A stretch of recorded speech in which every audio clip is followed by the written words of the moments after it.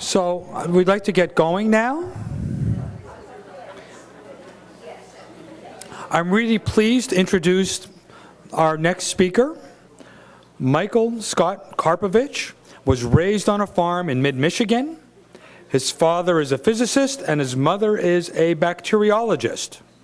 Michael says that he doesn't know whether he was born or mixed. Michael has no depth perception and is dyslexic. At age 4, doctors diagnosed him with brain damage, but his parents refused to accept this evaluation.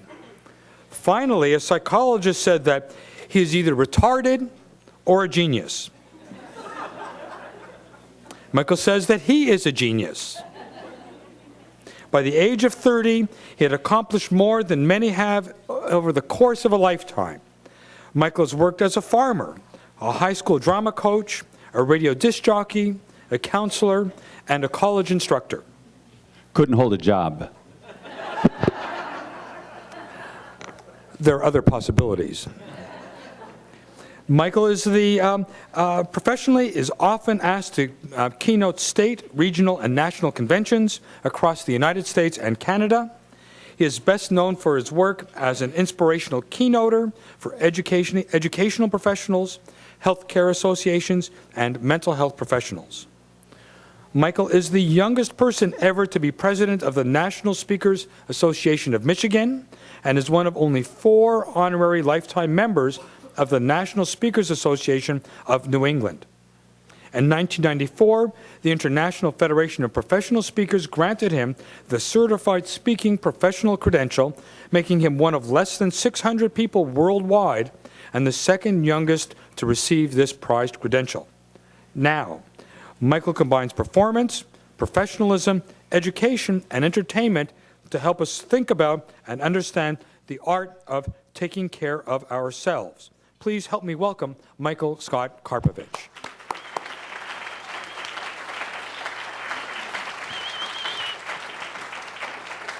Thank you. How many of you would be really frightened if you had to stand in front of all these important people and talk right now? Me too. Me too. Oh, my word. Hi, how you doing?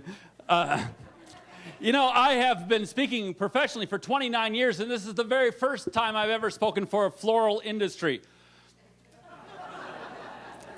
I was kind of astounded that FTD would only have like 4 bouquets on the meal thing, but yeah, we're going to have a good time.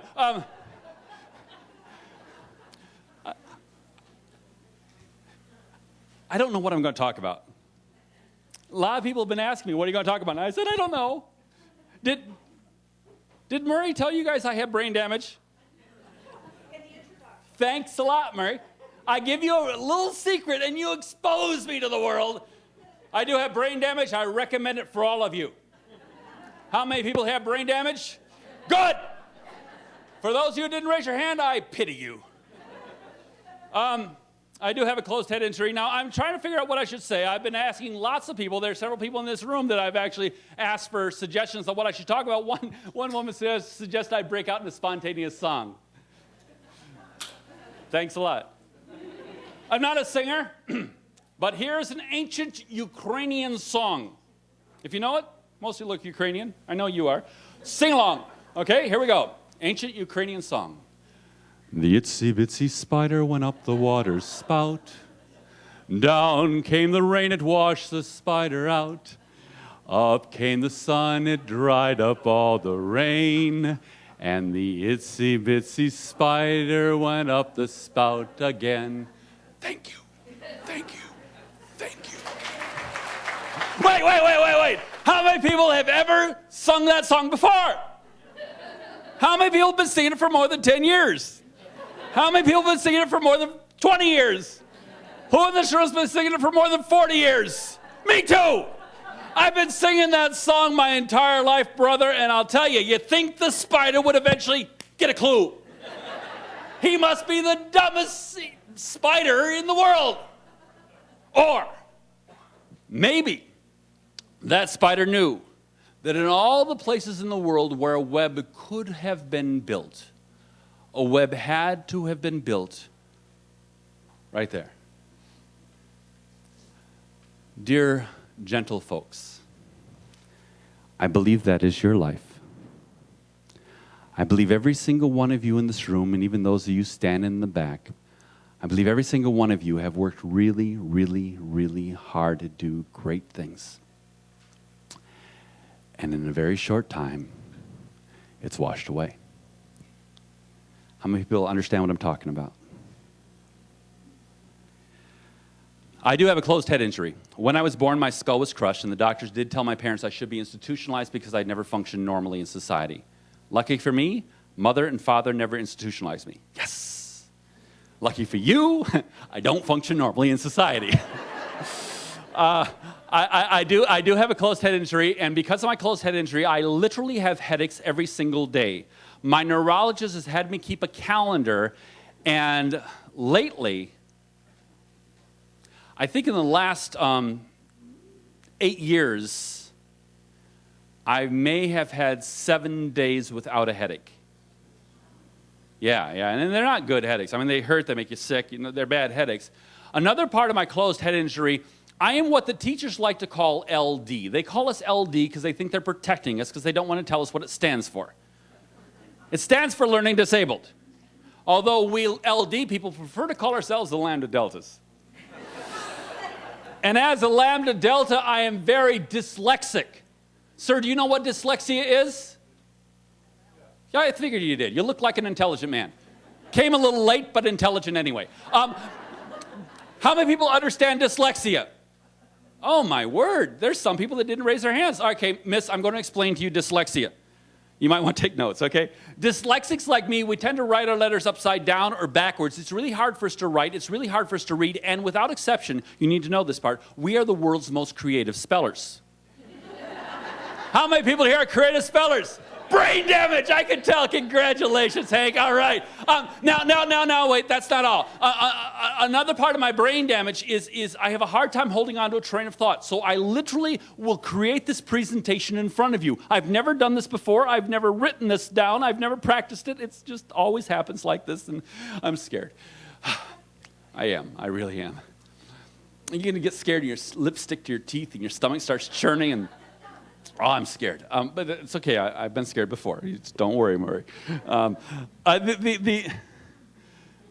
The other thing I have, and I'm not exactly sure if you can tie this to my closed head injury, but I have a hard time telling my right from my left.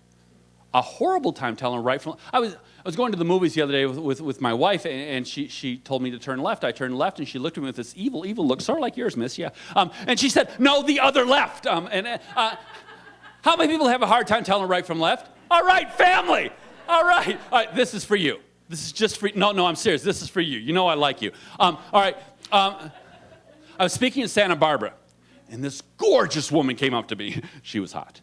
And she said to me, yo, Carp. That's what they call me. They call me Carp.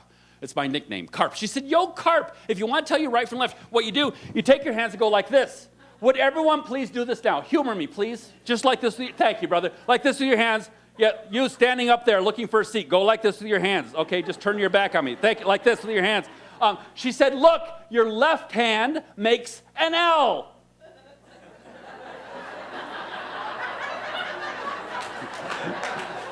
I'm dyslexic.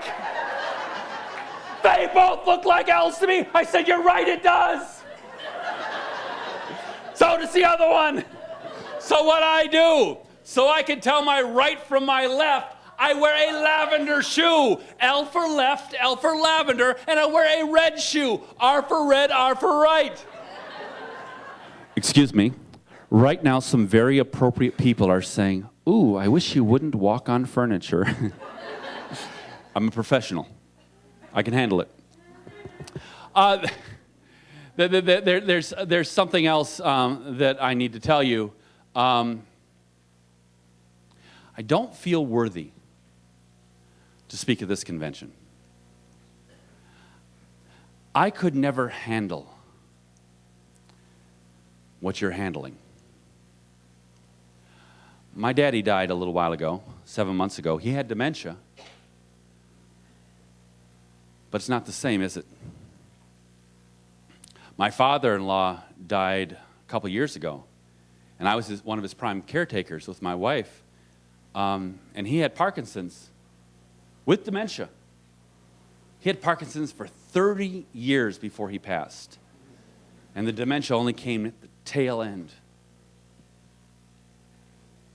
But it's not the same, is it? I know that. Catherine's my boss. She looks really attractive, but she's evil. Yeah, she's evil. The only person I've ever met that was more evil than she was her father, and I think she might have him beat. She's very stern. She reaches through phone cords. I'm in Michigan. She reaches through the phone cords, grabs me by the scruff of the neck and says, "Karpovich, this is to be a gift for these people. Do not give them one more burden to put on their already overburdened shoulders." I'm going to do... Yeah, you're laughing because you're safe. I'm going to do my very best to give you a gift, but in the end, the only person that can make this into a gift is you. The title of the program is The Art of Taking Care of Yourself. And most of you will never even get close to doing that, because if you even tried to do it, you'd feel guilty. I'm going to tell you, your option disappeared when you came into this room, or when you stood in the back. I don't know what you guys think, you're important or something, standing in the back, holding up the walls.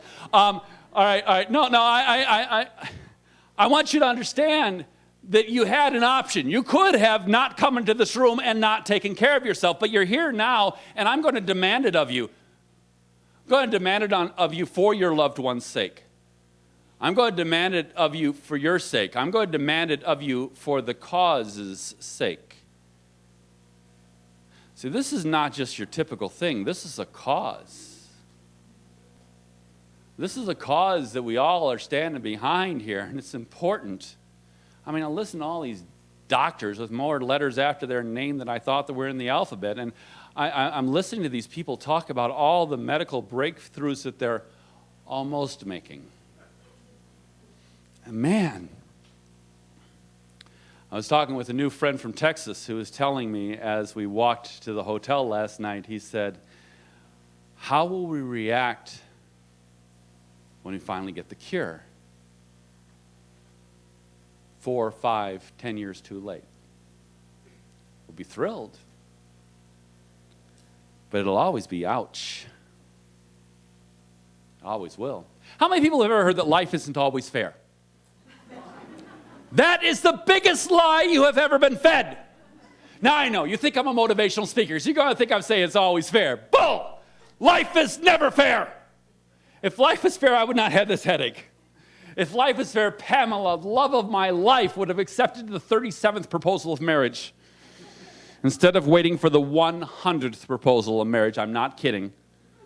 If life is fair, I would not have that crack right across my windshield, right where my eyes are. If life is fair, I would not have brain damage.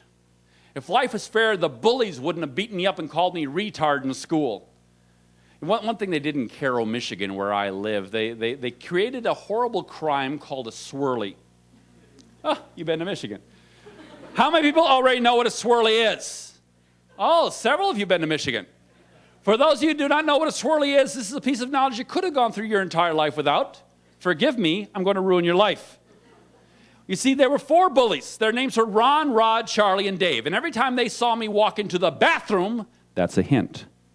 They would smile an evil smile. Where's the evil smile? There she is. Smile that evil smile, and they would say, "Hey, my last name is Karpovich." They didn't call me that. They called me Karpo, swear word. And they'd say, "Hey, Karpo, swear word, we're glad you're here. You're late for your shampoo." That's another hint. They would then pick me up off the ground. I was actually smaller than anyone else in school. When I was in 9th grade, believe it or not, I was only 4 feet tall. I am not exaggerating. 4 feet tall. Kindergartners towered over me. Doctors said I would never grow. They were wrong.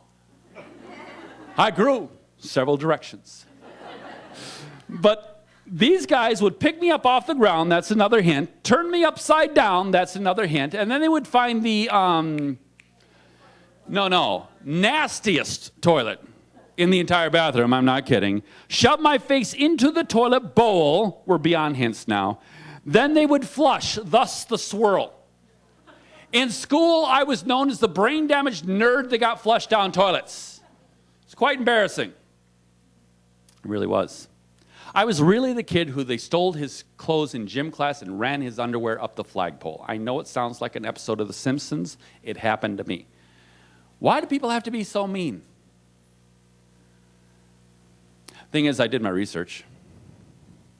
When Catherine, the evil one, told me I would come here, I got a list of all your names. That's right, sir. I got your name. Got yours too, Doc.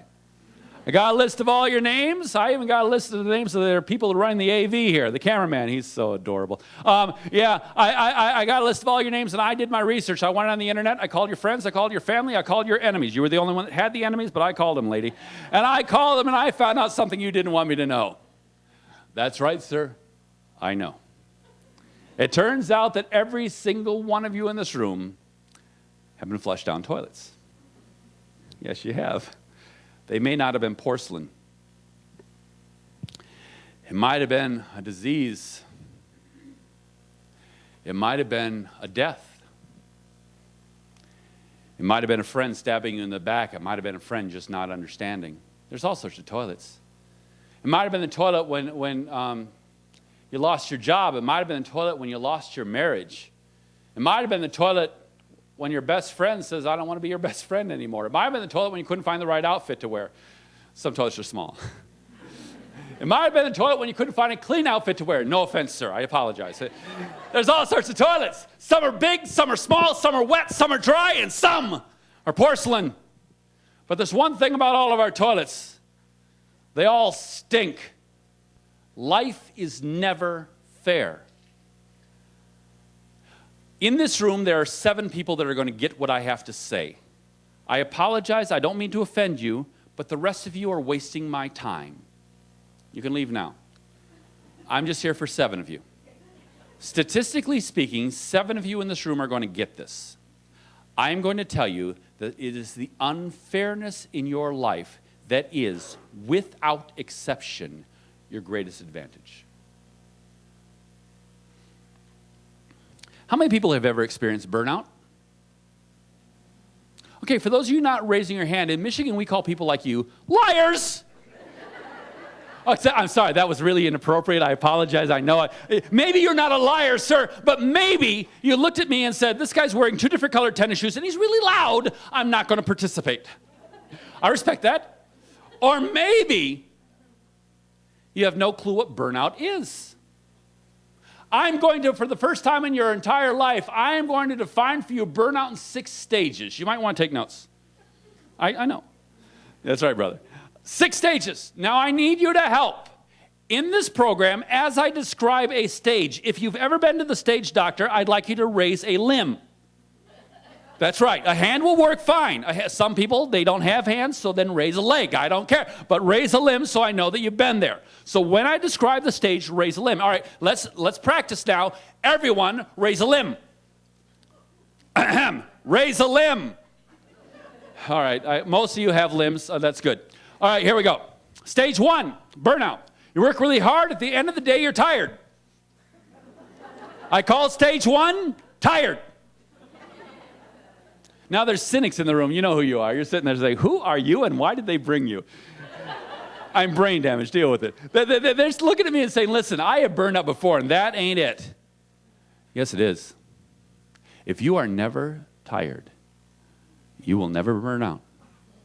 And I am serious. I am not exaggerating. Stage 1 is tired.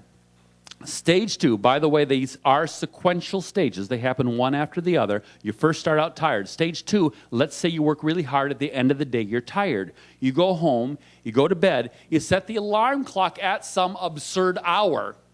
The alarm clock rings and you wake up tired. I call stage 2 very tired. Now, stage 3 is significantly more complex. Significantly more complex. Let's say you woke up tired and you go to work, or you go to be with your family, or you go to be a caregiver, whatever, and someone who you really love looks at you with sad puppy dog eyes and says, help me, help me. And you smile that beautiful smile that you're so good at. You say, that's the one. You smile so beautifully and you say, how can I help you, honey? And inside you're saying, get away from me, I can't handle you now. You know, you're saying the right thing, but you don't mean it. Stage 3, I call fake. There are 6 stages. You know we're going to get worse.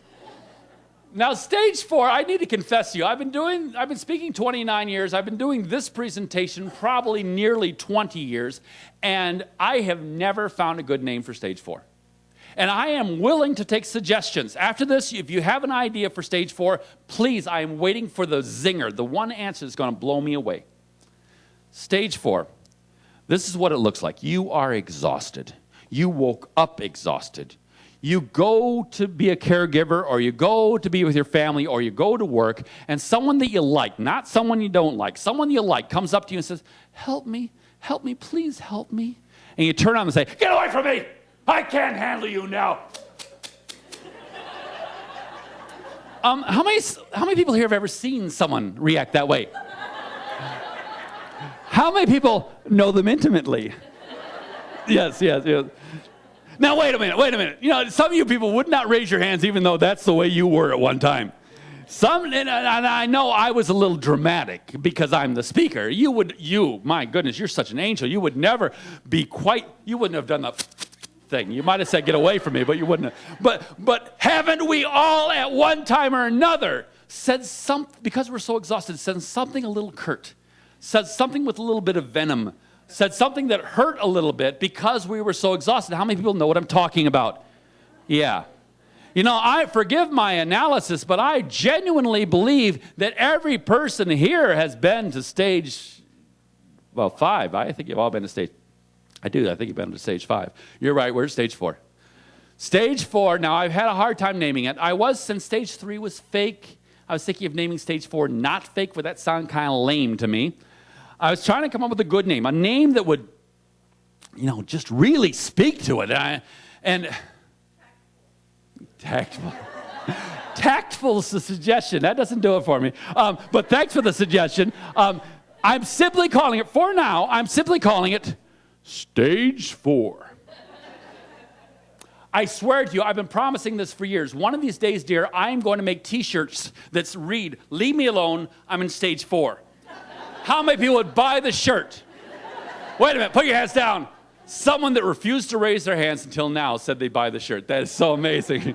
I'm not tired, but I'll buy the shirt. Yeah, right. Oh, my word. Now, I did this program in Marion County, Ohio, it was the board of MRDD. This is mental retardation, developmental disabilities. This was the board of people, the counselors and the social workers and the teachers that worked with that population specifically.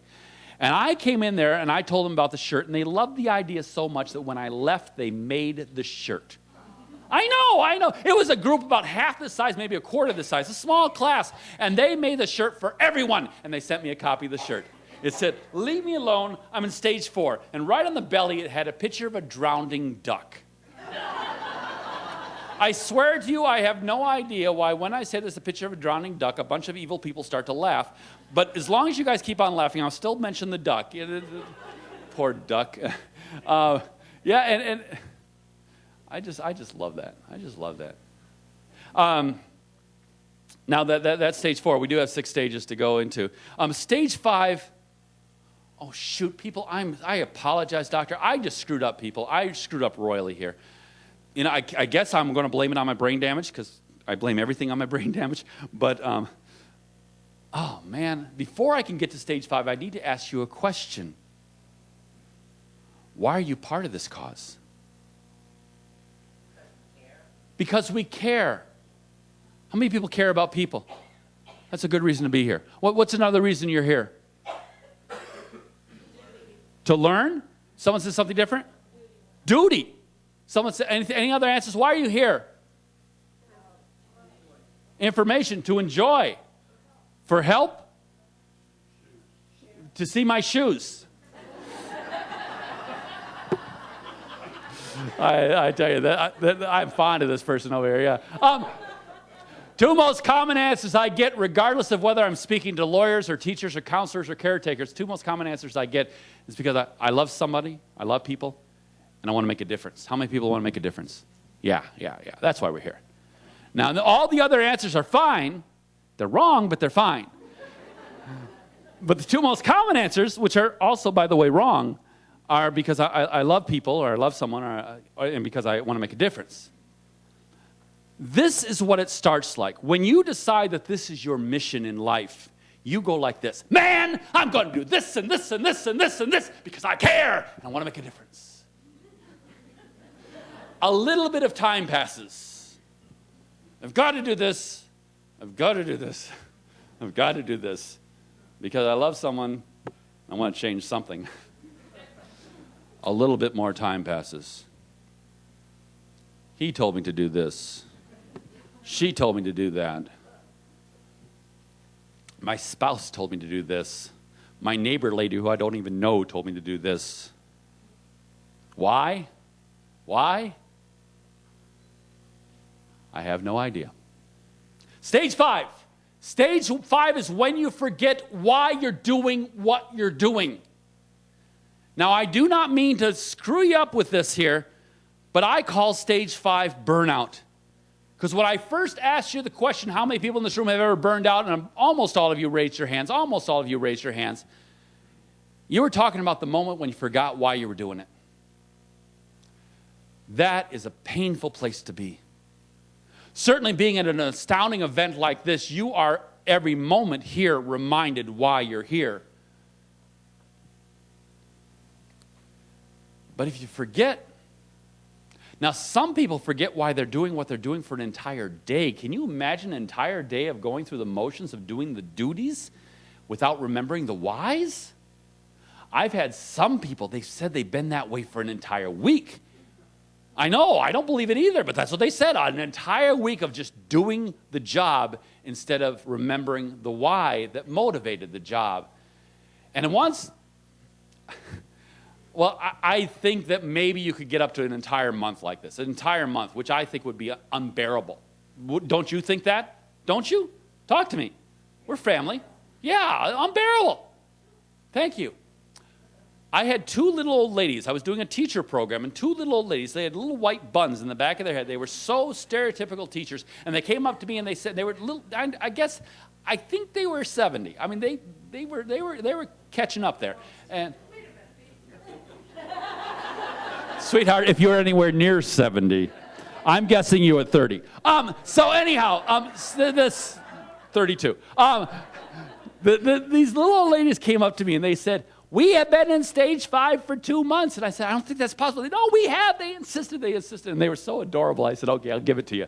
So I'm saying you can make it for 2 months in stage 5, no longer, because you see, the only way to get to stage 6, sir, is by being in stage 5 too long. I personally believe that if you're in stage 5 for 30 days, you're probably in stage 6. But stage 6, 2 months, you're in stage 6. Stage 6 I call toast. Toast, T-O-A-S-T, toast. Or you might call it burned up. Now, let me describe a person in stage 6 to you. Okay, look up here, please. Please look up here. This is them. Go to work, do the work, go home, go to bed, go to work, do the work, go home, go to bed, go to work, do the work, go home, go to bed. And these people, that's just the way they are. They're going through the motions, doing what they've always done, simply because they've always done it. And if you go up to them and say, no, you said you did this because you like people. You love people. Which one? No, brother, you said you wanted to make a difference. A difference in what?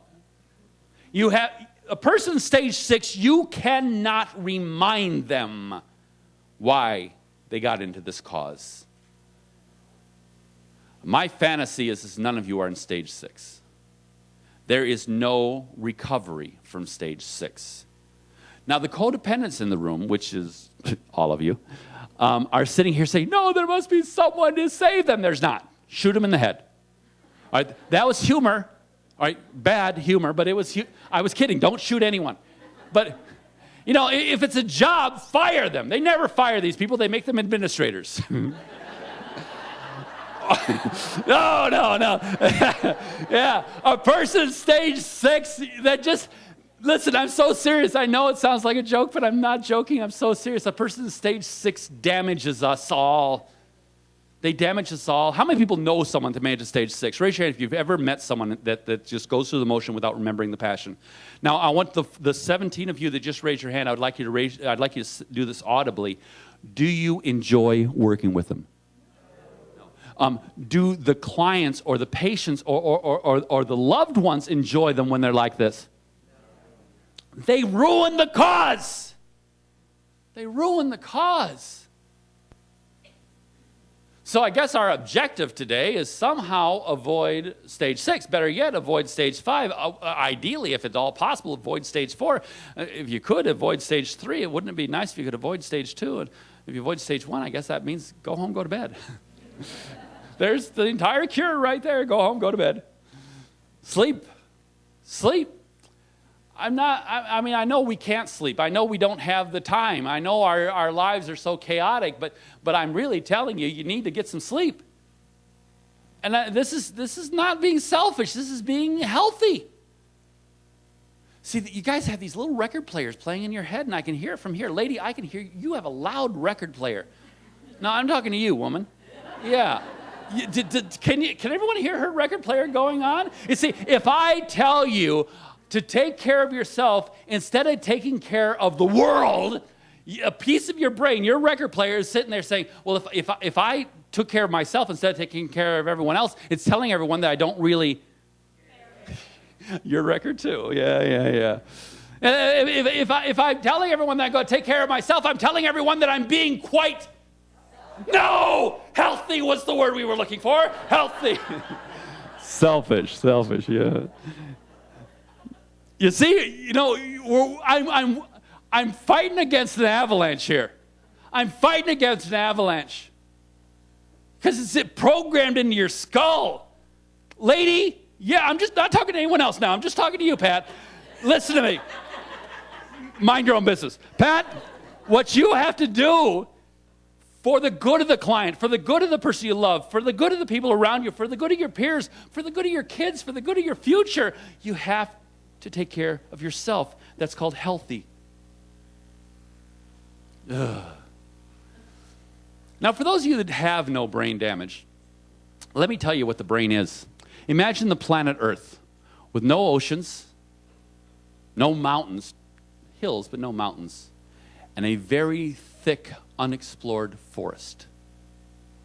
Very thick, bramble-filled forest. That is the brain. And you have been given a machete and say, go to it. Not to destroy the forest, but just to make your path. See, the way the brain works, and you've been listening to all these doctors with all these, they had all these PowerPoint things, and they say, I can't explain it to you, but that's it. I mean, did you hear that? I don't know what it means, but it means something cool. I love that last guy. Oh, he was so awesome. He says, this gets me excited. I mean, I could just see his toes curled. I don't know what it is, but it's got me really excited. And he signed his name to it, so you knew he kind of had some familiarity with it. The thing is what it is. It's a planet the size of Earth with only forest. And you see, a neural synapses, to move your arm this way, there's a neural synapses you have. If the path of that synapses is disrupted, you have to find a detour. And if the detour is convoluted enough, you move your arm slower. And that is really, I'm serious, my degree's in child psychology, so but still, that's really the way it is. That's really the way it is.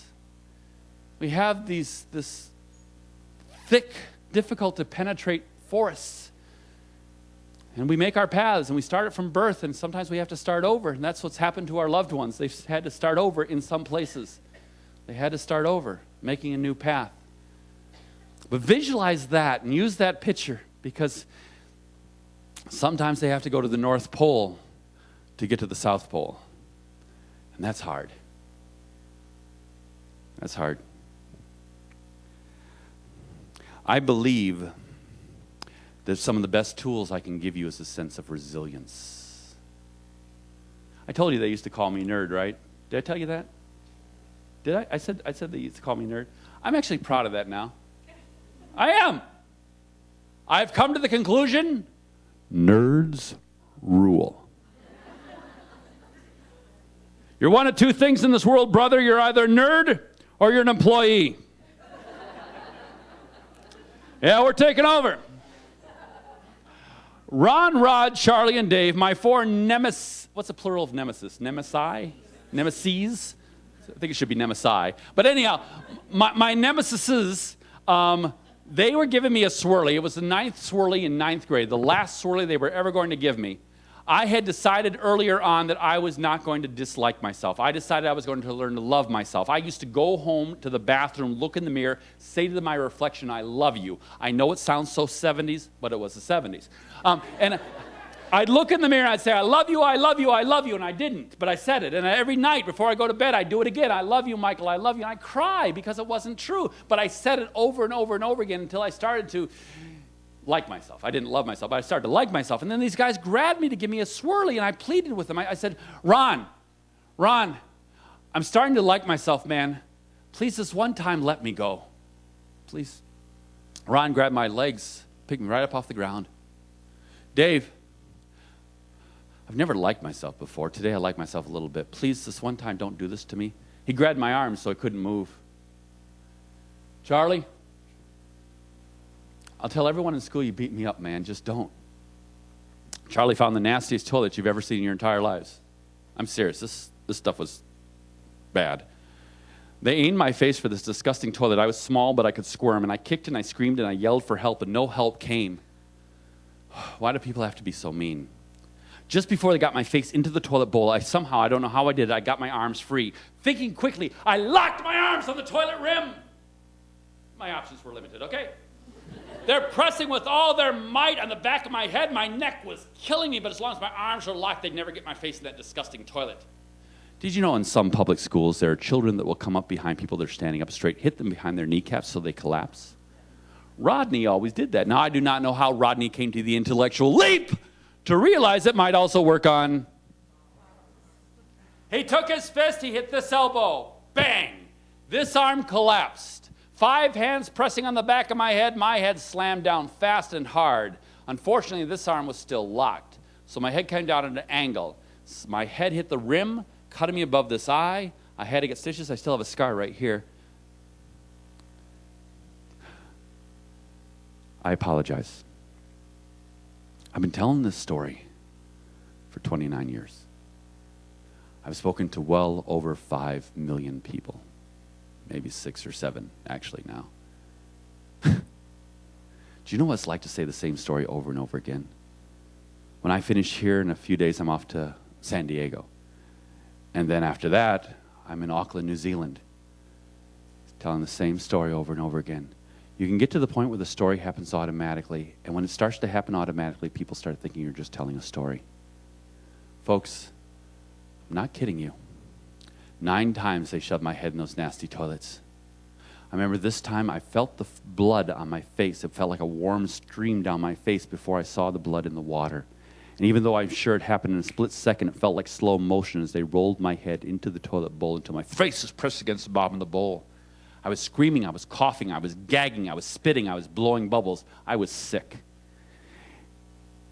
They held me down there so long, honestly, I thought I drowned.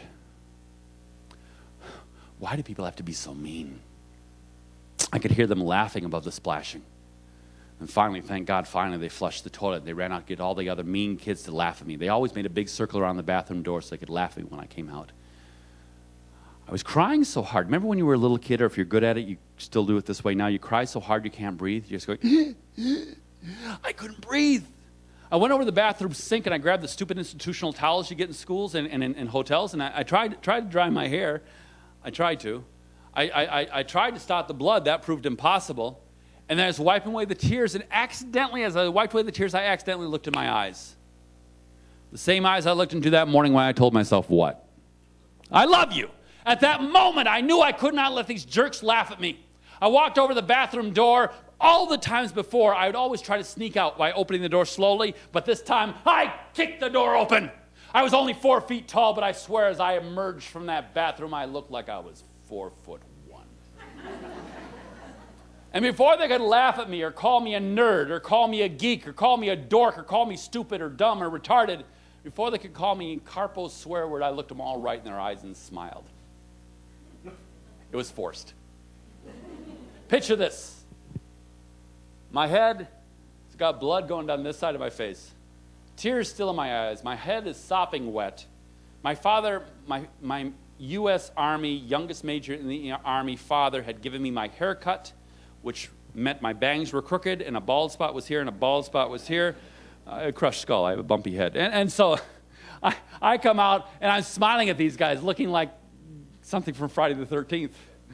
And before they could utter a sound, I looked at them, and I said, "Hi there!" And they started to laugh. But this time they weren't laughing at me, sir.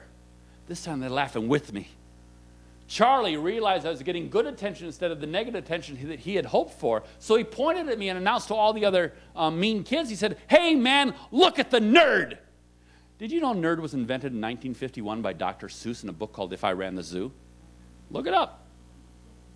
And I looked at Charlie when he said that, "Hey, man, look at the nerd."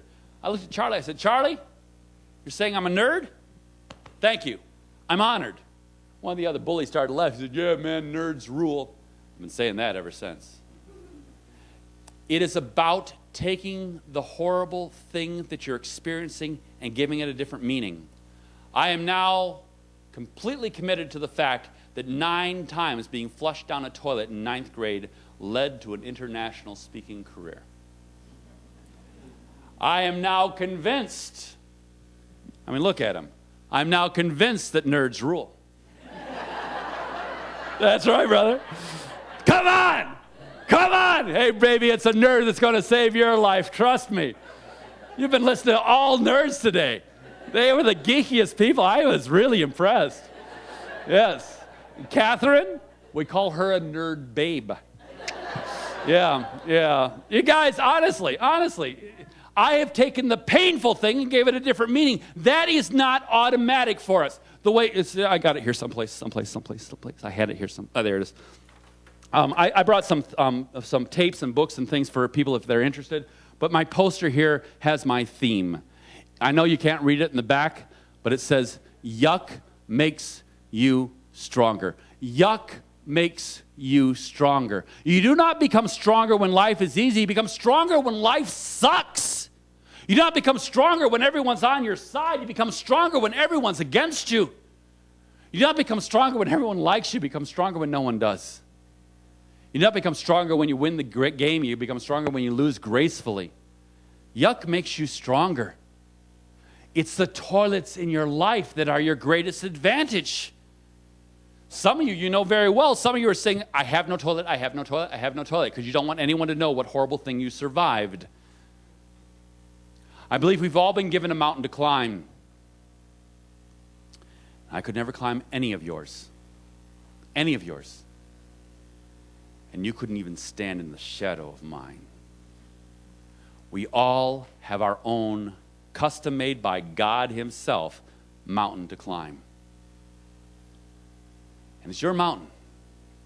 And some of you will put your foot on it. Some of you might even climb up a little bit. And just a few of you will try really hard to make it to the top. As I said earlier, 7 of you will. It is so hard for us to face our own mountain. We can point at everyone else's mountain, sure. We can go, "Oh, that poor person, look what they have to deal with," sure. But can you face your mountain? Can you face your toilet? Embrace your toilet, people. That's where your greatness comes from. My father is a physicist. He died 7 months ago. And I'm still dealing with that because he's such a part of who I am. My father's Ukrainian, the name Karpovich, a good Ukrainian name. My father was a very famous scientist at Dow Chemical. He actually invented that green styrofoam that you arrange flowers in, and when you pinch it, there's water inside it. Thank you. That's my daddy. He had 38 patents before he retired at age 40. He retired at age 40 because he had his firstborn son with brain damage. He decided he wanted to be a daddy. But my father wasn't a very demonstrative man. I was talking with one of my new friends today, and we were comparing notes. He's dealing with his wife and what she's dealing with. And he said, you know, it's really different when it's a spouse versus a parent. And at least your father had access to his emotions. My father never had access to emotions. He was a Ukrainian. Come on. And how many people here are Slavic? Ukrainian, Polish, Russian? You see, these people can't love if you paid them. I mean, look at them. Yeah, look at yeah. My mother, on the other hand, she's Swedish and Irish. Are they Swedes or Irish people here? These are the lovers in the room. Look at them. Raise your hands high. Be proud of this one, brother. Get your hand back up there. They need to know you're a lover. Put your hand in the air. Thank you. That's right. They'll be coming up to you later. Yeah, these people love that. It's in their genetic code. My mother was so good at telling me she loved me. She would write love notes before I could read. Stick them on my pillowcases. I say, Mommy, what's this? She says, this is a love note. What's it say? It says, I love you. Cool. You know, it's my mom. She's so, I swear she was whispering to me prenatally, telling me she loved me. I mean, I don't ever remember her not saying those 3 words, I love you. It's always, always, always. My mother, oh, this is to impress you. Just for you. My mom was so good at telling me she loved me, she could take pancake batter and pour it so it spelled the words, I love you. And then she'd flip it and I could read it because I'm dyslexic. You never doubted mom's love.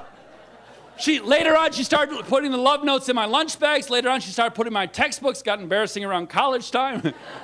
Hey, man, what's that? Love note from my mom. Oh, that's cool. Yeah, what are you going to do? What are you going to do? You never doubted mom's love. My father, nothing. Nothing.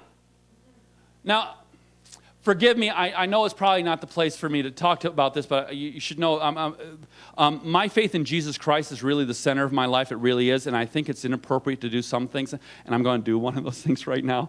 And I want you to all forgive me. I don't mean to offend you, but I'm about to use vulgar language. And I apologize. I know I'll offend a lot of you, and I apologize for that. Please forgive me in advance.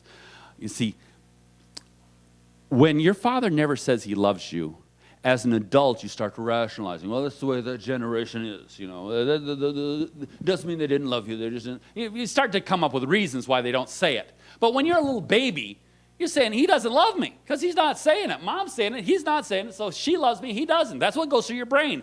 I remember I was 3 years old. I remember this day vividly. I was 3 years old wearing that one-piece footy pajamas. Remember those things? Those are nice outfits. They make them for adult women. They don't make them for adult men that I have seen, which is wrong. So I would wear those now. I mean, they are nice outfits. You know, with little vinyl slippers sewed right in. Oh, those are sweet. I was wearing my yellow one-piece footy pajamas, and my father's over there reading Science Today or whatever he was reading, and my mother's sitting there saying, I love you, I love you, I love you, I love you. And Dad's sitting over there like a bump on the log, you know. And so I thought to myself, I said, well, I'm going to find out. And so I went over to my dad. I said, Daddy, Mommy loves me. Do you love me? And please forgive me, guys, but what he really did is he looked at me, stared at me with those cold blue eyes and said, that's a lot of horse shit. Not funny. Why can't my dad love me? So now I'm a farm boy. I don't know about you city slickers. I'm a farm boy. We bale hay in July. I remember I baled all the hay, and I took it to the barn. We had an aluminum barn with no insulation. Now, you see, the people that are groaning are farmers. Yeah, and so I went into this oven, and I stacked the hay to the ceiling. I put every bale, 150-pound bales in this thing. I put them all in there. I stacked them all. I came out with a splitting headache covered with blood, sweat, tears, and hay dust. I came up to my daddy. I said, Daddy, I filled the entire barn with hay. I did it all. Do you love me now? My father stuck his finger in my face. He said, that's a lot of horse shit. Why couldn't he love me? Both my parents started college when they were 15. They were geniuses. I knew that if I really wanted my daddy to love me, I had to do well in school. Now, I don't know how many of you are Lambda Deltas. Most of you look like it, but I don't know how many of you are learning disabled. But if you are, you know it's like pounding your head against a concrete wall to get a C-. I figured if I could get a good grade, my daddy would love me. And I'd work really, really hard. I really would work really, really hard. And if I pulled off a B or dear God, please, a B plus, or unbelievable as it might be, an A minus, I'd run home to my daddy. I'd say, Dad, look, I got a good grade. I got a good grade. Do you love me now? Please? He stuck his finger in my face. He said, that's a lot of horse shit.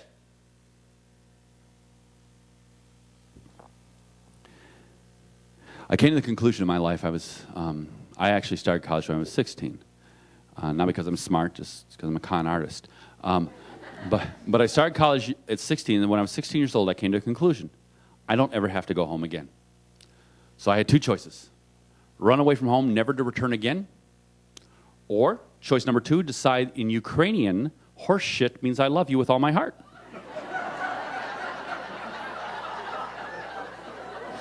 Guess which one I took? I ran home to my daddy. I said, Dad, do you love me? He stuck his finger in my face. He said, that's a lot of horse shit. I said, thanks, Dad. Me too. He looked at me like I had brain damage, which of course I do, so it didn't really matter. He called my mother. My mother's name is Mary Ann. He called her Moran. He said, Moran, get in here. My mother came in and said, what now? My father looked at me. He said, do that thing. Do that thing. I said, Daddy, do you love me? And I swear to God, for the first time in my entire life, my father almost smiled. He went like this.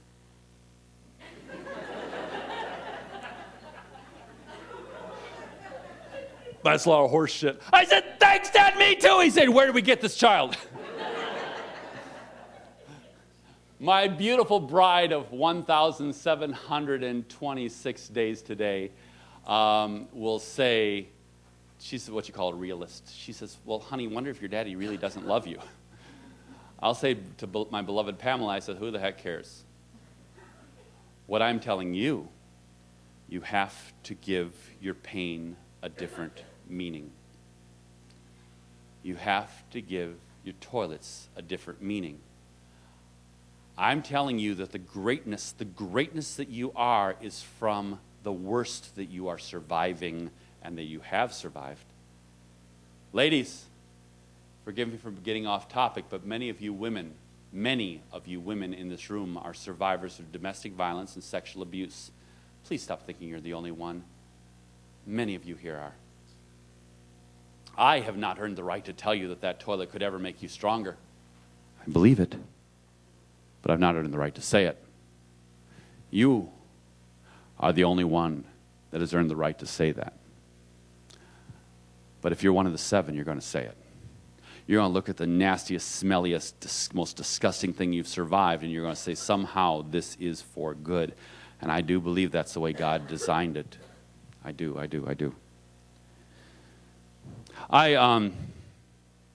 I know it's not easy. I know it's not easy to take care of yourself in a world that expects you to take care of everyone else, and especially because of the specific role that we here have decided to take for ourselves. But I'm telling you that if you want to help your loved one more, I'm telling you that if you want to help your clients more, I'm telling you if you want to help the patients more, go home, not yet. Go to the bathroom, look in the mirror and say, I love you. Say you're beautiful. Say you're amazing. Say you're intelligent. Say whatever it is you long to hear. Because if no one else is going to say it, it's your job. And you need to say it until you convince yourself. Since 9th grade, lady, I have been looking in the mirror since 9th grade, every morning, every evening. And I have missed saying I love you to myself 5 times since 9th grade. I don't know if it's physically evident or not, but I've been out of 9th grade for a few years. This morning, I woke up at the Sheridan Inn down the road, and I looked in the mirror. I said to myself, my reflection, I said, I love you, I love you, I love you. You know what?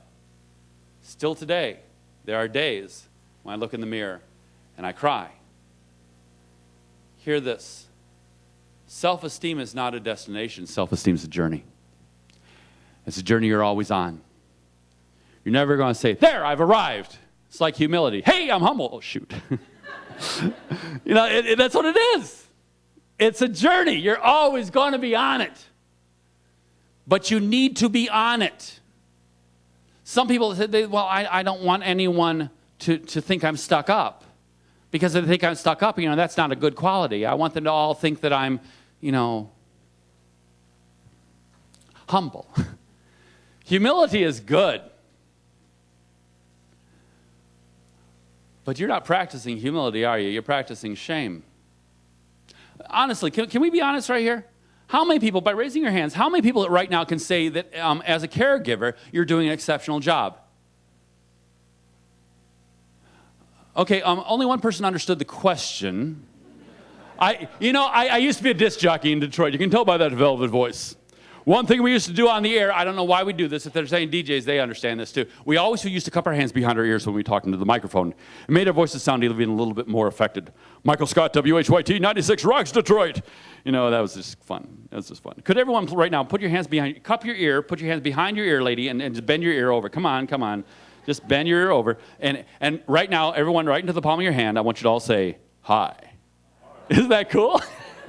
Don't put your hand down yet. We're not finished. Get it back up there.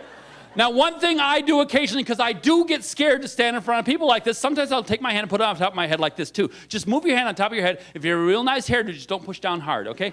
Up on top of your head. On top of your head. Thank you.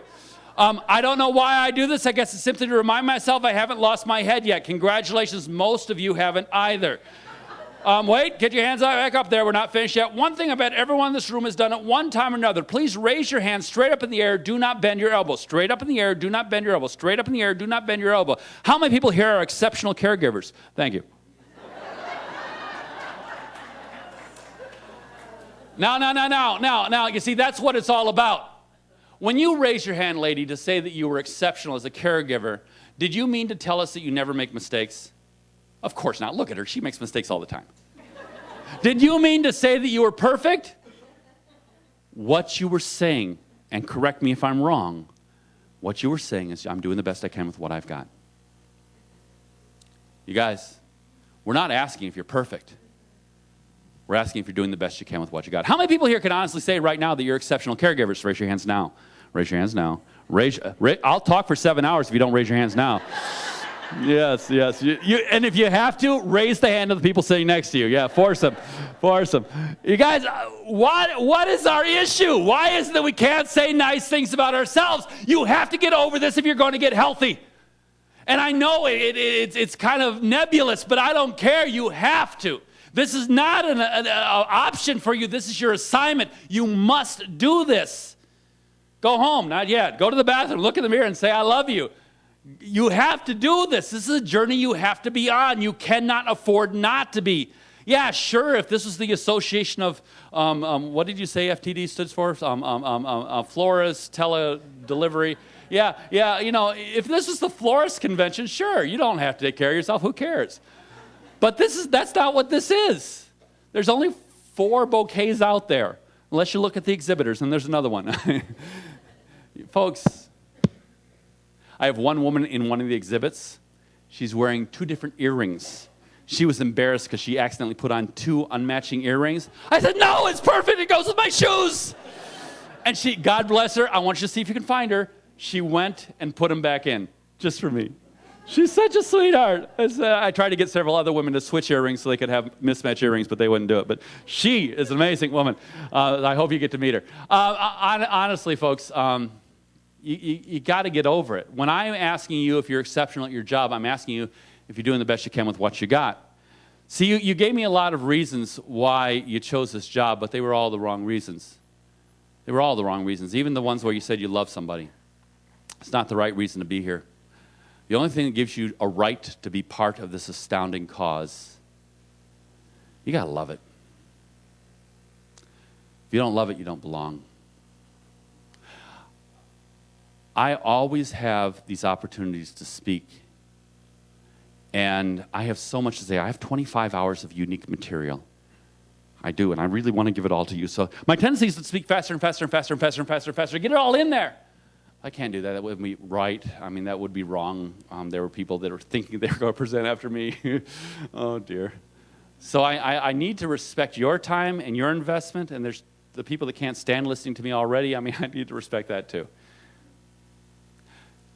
But you see, if the audience likes me, Well, if they like me, what they're going to do is find me out more opportunities to speak here. Hint, hint, hint. I want to do more. But if an audience likes me, they might come up and shake my hand. They might come up and hug me. They might come up and say something nice to me. You seem to be very, very loving people. I think it's part of your makeup. So Alcoholics Anonymous is giving codependency a bad name, because codependency to an extreme is called very sick.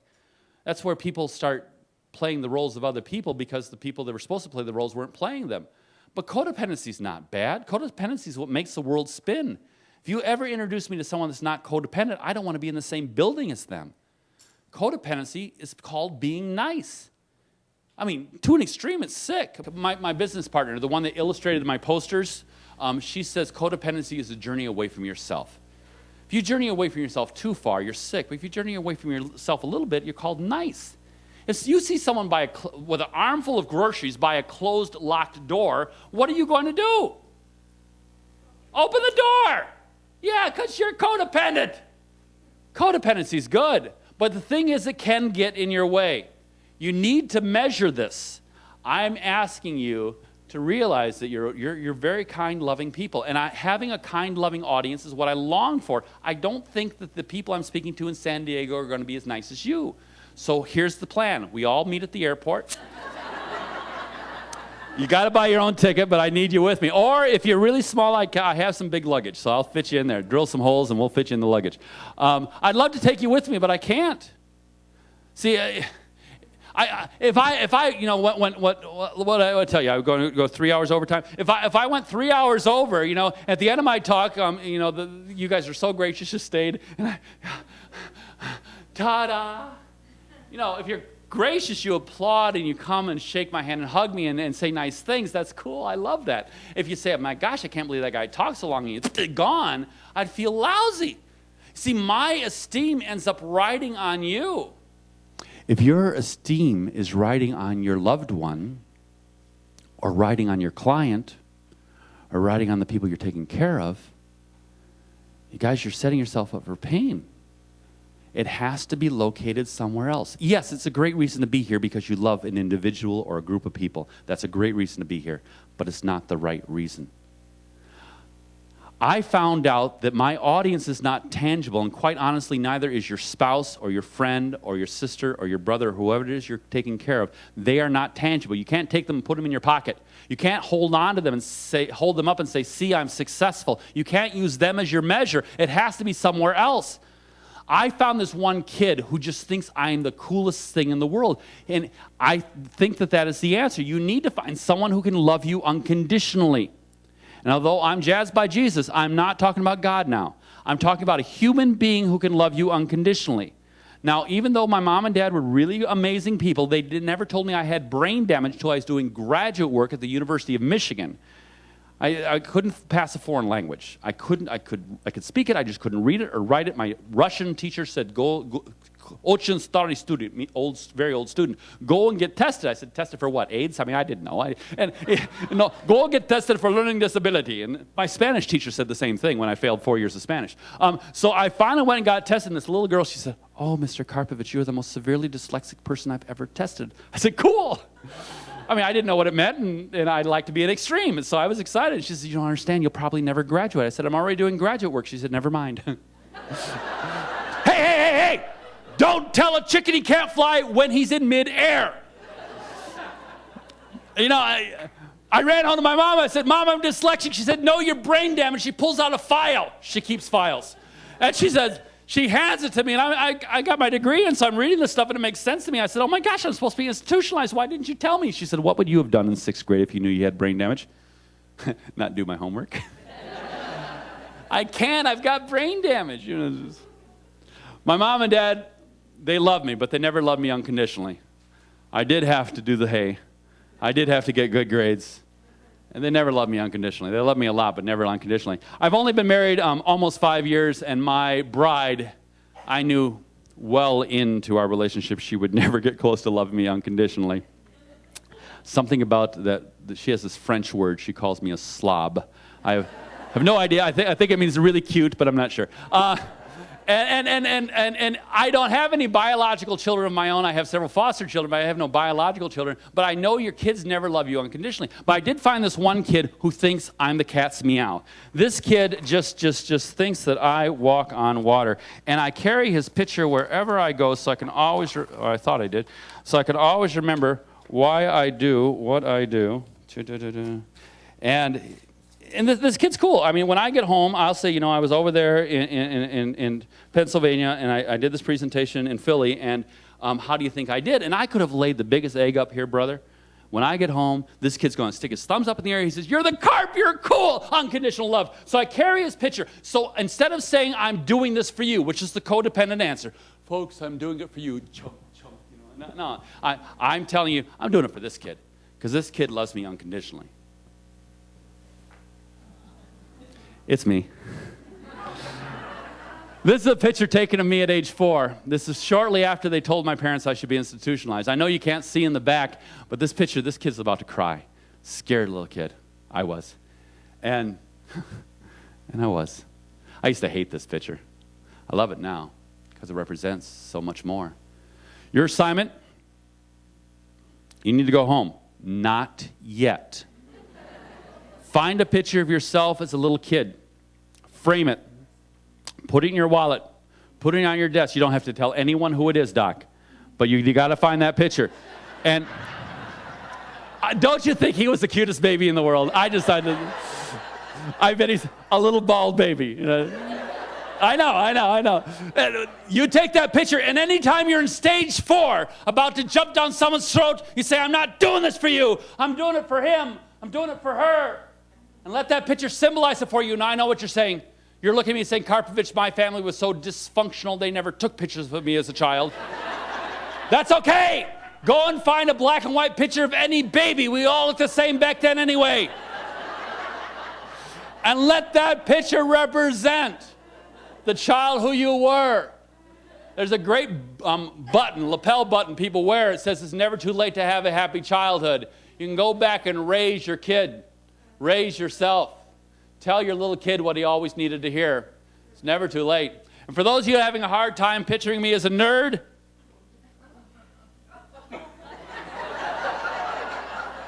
hard to believe we're all three the same guy. But we are. We are. Told you the bangs are crooked. Did I tell you the bangs are crooked? My father, God bless him. My father's dementia got worse and worse, and one day I ran home and I asked my dad, I said, Dad, do you love me? And I waited for the usual answer, and he looked at me and he said, of course I love you, Michael. Scared me to death. Now I have no idea what horseshit really means. However, I am genuinely pleased that he said it. I so deeply wish he had said it when his mind was there. I really do. That's my paw. Folks, most of you are sitting here because this is what you're supposed to do at this time of the convention.